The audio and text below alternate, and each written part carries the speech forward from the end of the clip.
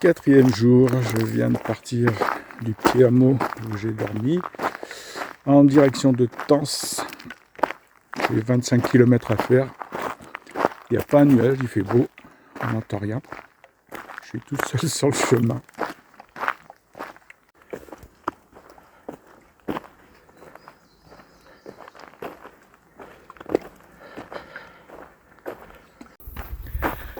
Depuis ce matin que je suis parti, ça fait plus de 2h30, j'ai vu personne.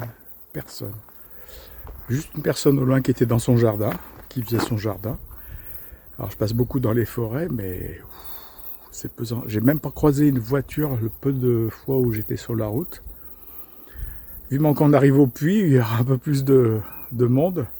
Mais jusque là, le puits là, c'est désert.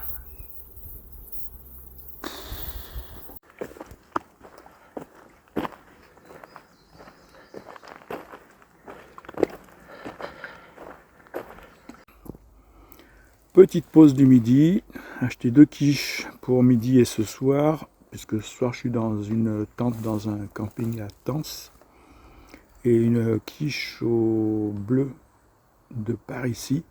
Oh, le bleu, une tuerie.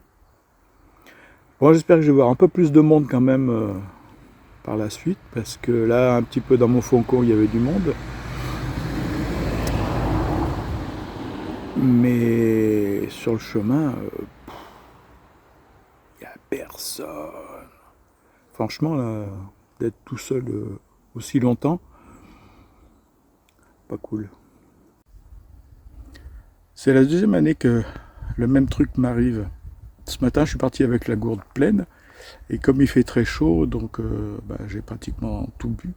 Et il me restait vraiment un fond et impossible de trouver de l'eau. Je passais plusieurs hameaux, personne, mais vraiment personne. Et à un moment, juste avant de voir des maisons, j'ai vu un tout petit oratoire qui était posé comme ça entre deux cailloux, mais un truc tout petit, tout petit. Je me suis arrêté un moment et comme j'avais fait une fois, je demande de l'eau. J'ai fait les 200 mètres pour arriver dans le petit hameau. Une dame qui ouvrait juste au moment où je passais son balcon parce qu'elle était en train de faire ses carreaux.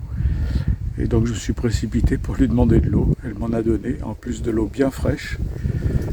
Comme quoi, n'empêche, sur ce chemin, il y a quand même des choses, quand on demande, on les obtient. Mais il suffit de demander. C'est interpellant quand même. Et voilà, on est bien bavé. Je suis arrivé au camping. Donc le dilemme, c'est bière-piscine ou piscine et bière après. J'arrive pas à choisir.